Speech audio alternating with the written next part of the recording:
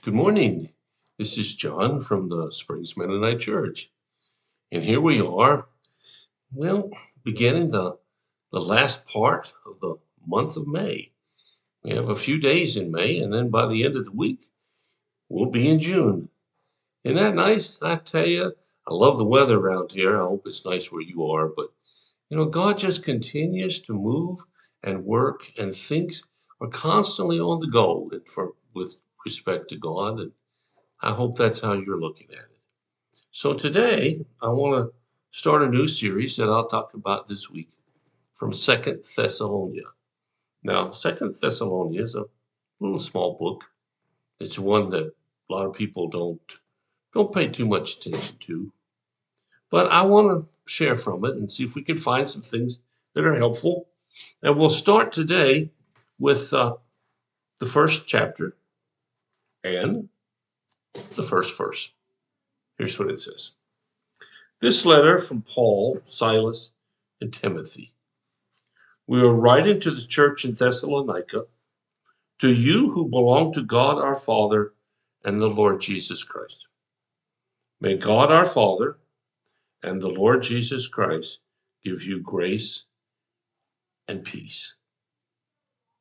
Well, this letter actually starts the exact same way as the first letter to Thessalonians starts.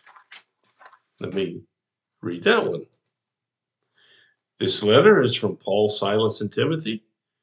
We are writing to the church in Thessalonica, to you who belong to God the Father and the Lord Jesus Christ. May God give you grace and peace. And I read that one to match up to this one to say that while this was a standard way to write a letter in Paul's day, it's not just a meaningless repetition of some required wording. There's a lot of stuff in this greeting. First off, Paul's writing it, and he's writing it on behalf of all three of them. These guys worked together in the early church. Yeah, they did separate at one point in time, but Thessalonica was one of the first churches established in what we now call Asia Minor. It was one of the early churches after the resurrection, and evidently it was a really good church. So Paul says in here, we're writing to the church, to you who belong to God and our Father and the Lord Jesus Christ. This letter is written to Christians. It's written to people who have set themselves deliberately on a path of walking with God. And I hope you've done that. I know many of you who are listening to my voice have done that. And perhaps there's some who haven't. And I would urge you to give it a chance. You know, walking with God isn't such a bad thing after all. But be that as it may, let's look at the second verse at what it says. May God our Father and the Lord Jesus Christ give you. Now I'm going to stop right there. This is not something that Paul's trying to gather up himself or Silas or Timothy. This is something from God. And you've heard me say it if you've listened much at all over these years. Everything we have comes from God. Everything I have, everything you have. Even if you earned it by your own efforts, it was God who gave the ability to use those efforts. Once we recognize that everything comes from God, it's a little easier to get ourselves in the right place. I'm not all that important. but God is. And so Paul is saying to this church in Thessalonica, as I said, one of the earliest churches, that God, who creates the universe, wants to give something to the people who walk with him. So here's what it says he's going to give you. Give you grace and peace. What is that? Well, let me suggest that grace is something that comes from the kindness of God. Now, I know a lot of people think God's kind of capricious.